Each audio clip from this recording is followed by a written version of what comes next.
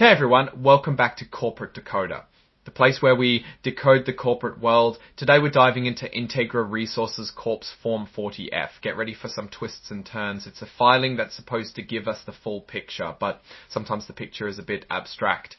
Integra Resources is a mining company focused on gold projects. This Form 40F is their annual report filed with the SEC, which means it's a deep dive into their past year. They're a Canadian company listing in the US. Let's get to it. First off, this is an annual report, which means it covers the whole year. This document fulfills their legal requirement to keep investors updated. It's not optional. Because Integra Resources is a Canadian company listed on a US stock exchange, it's considered a foreign private issuer. This means they get to follow some Canadian rules, which can be a bit different than the US ones. Now, a big warning, this report contains forward-looking statements. These are basically guesses about the future.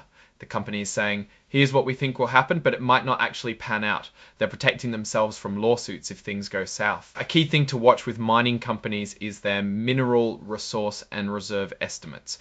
This is how much gold, silver, or other metals they think they can dig up. If these estimates are wrong, the whole business plan could crumble. So take any estimates with a grain of salt. Speaking of things crumbling, they point you to the risk factors section in another document called the Annual Information Form. This is where they list all the things that could go wrong, from bad weather to government regulations. Always worth a read. Here's another heads up. Integra is using Canadian accounting rules, which aren't exactly the same as the US rules, so comparing their numbers to a US company might be like comparing apples and oranges. Did they have their accounting checked? No, because they are considered an emerging growth company. They don't have to have a report on their internal controls. This means a complete independent check is not done. Let's talk about the people in charge. The board of directors is like the captain of the ship. They have committees for different jobs, like picking new board members, deciding how much to pay the executives, and keeping an eye on the books. The audit committee is the one that makes sure the financial statements are honest. They're supposed to be independent, meaning they don't have any secret deals with the company. They even have people called financial experts on the audit committee. These are people who supposedly know their way around a balance sheet. Having a financial expert doesn't guarantee everything's perfect, but it's a good sign. The audit committee also has to pre-approve all the work done by the company's outside auditor. This is to prevent the auditor from getting too cozy with management and overlooking something. Speaking of auditors, they tell you how much they paid them. That way you can see if they're spending too much on auditing or not enough. The company says it doesn't have any off-balance sheet arrangements. These are basically hidden debts or liabilities that aren't on the main financial statements. The lack of these is good. It means there are no hidden problems. They have a code of ethics for their employees and directors. This is supposed to keep everyone honest and prevent them from doing anything shady. Because they're a mining company, they have to report any safety violations at their mines. This is a serious issue because safety problems can lead to accidents, fines, and bad publicity. This information is filed as an exhibit. If they mess up their accounting and overpay the executives, they have a plan to get the money back.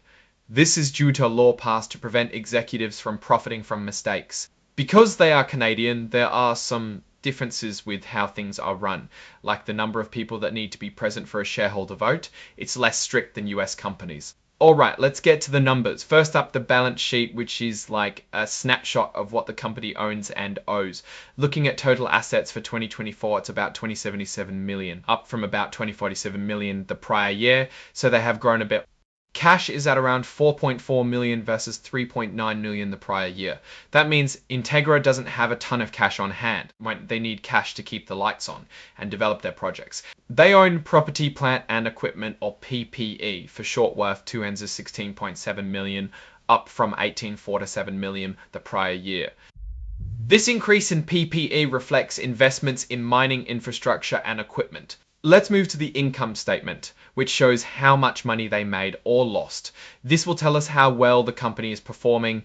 They report a net loss for the year ended 2024 of about 39 million compared to about 29 million. That's not good. Losing money isn't good.